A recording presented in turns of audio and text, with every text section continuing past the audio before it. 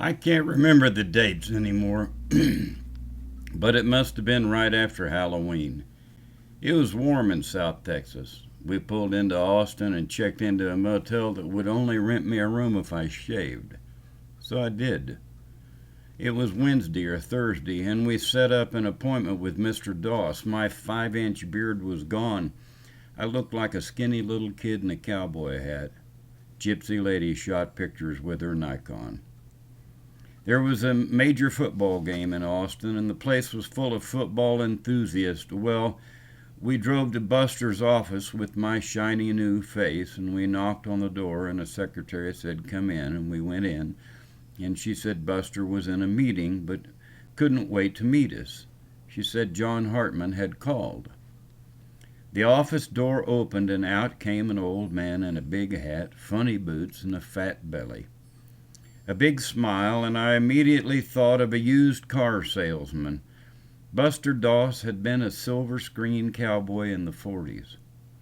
His screen name had been the Cactus Kid. I think there had been about a dozen B westerns about the Cactus Kid. He had taken his money and gone to Texas and made more money, and now was starting a management promotion company in a growing city of wannabe outlaw musicians. Willie Nelson was huge, and Waylon was with him, and Jerry Jeff was drunk and high most of the time, and record companies were all pissed at all of them most of the time. But Austin was alive with music. B.W. Stevenson was still alive, and My Maria was still on the charts. Lukenbach, Texas was big. Everything was big. As big as Texas. Willie owned the Opry House, and Red-Headed Stranger was a big hit with Blue Eyes Crying in the Rain. Mr. Doss booked me to open a show for the Marcia Ball Blues Band at the famous Armadillo. What a bust that was. A 6-foot stage full of band equipment and the biggest Texas flag I've ever seen. I looked like an ant on an elephant's back and sounded very alone opening that show for more than 100 people in a building you could put 3,000 in. I had a dressing room with 4 showers and my own case of iced-down Lone Star beer. I hate beer. The next day we drove to Capitol Saddlery and bought 2 pair of handmade Charlie Dunn hand-stitched boots, a pair for her and a pair for me. We called Buster Doss and thanked him for the help and left Austin, Texas, going west for Palm Springs, California. We had no idea what we were going to do once we got back, but we knew we'd see Jim and Tim for Thanksgiving. We headed west on Interstate 10. We stopped in a town called Safford, Arizona. Gypsy lady bought me the prettiest silver-bellied Stetson hat I'd ever seen.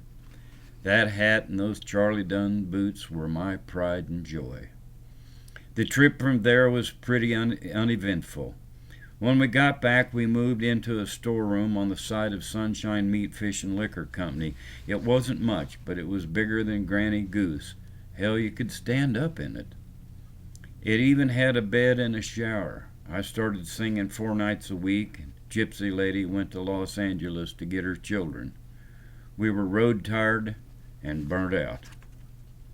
We didn't talk much, and our fire seemed to be growing a little dim by then. Yukon Tim and bartender Jim got back in September, and they only found $50 worth of gold, but had a ball. To this day, they still talk about it as if it were the one dream of a lifetime they made. They were like the Indiana Jones boys. They were riding high on that trip for years to come.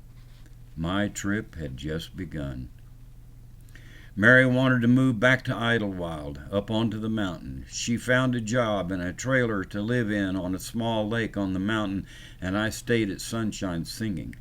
In December, she caught me sleeping with a young, pretty folk singer one night in the back of the truck.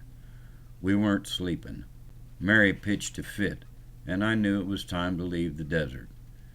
I gave her the truck and my PA system and flew to Springfield, Illinois to my brother Dave's house.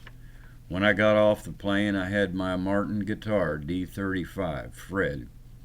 A bedroll with 4 pairs of Levi's, 5 shirts, underwear, and socks rolled up inside. That was all. A small pack full of poetry, books, and pens. No money and no work. Mary and I were both broken-hearted, but I'd done what I'd done, and that was that. Mama told me years ago, any port in a storm will do, son. A musician is always looking for a new inspiration to write about. I always seem to find it in the arms of a wonderful woman. There's something about touching someone's soul that is addictive.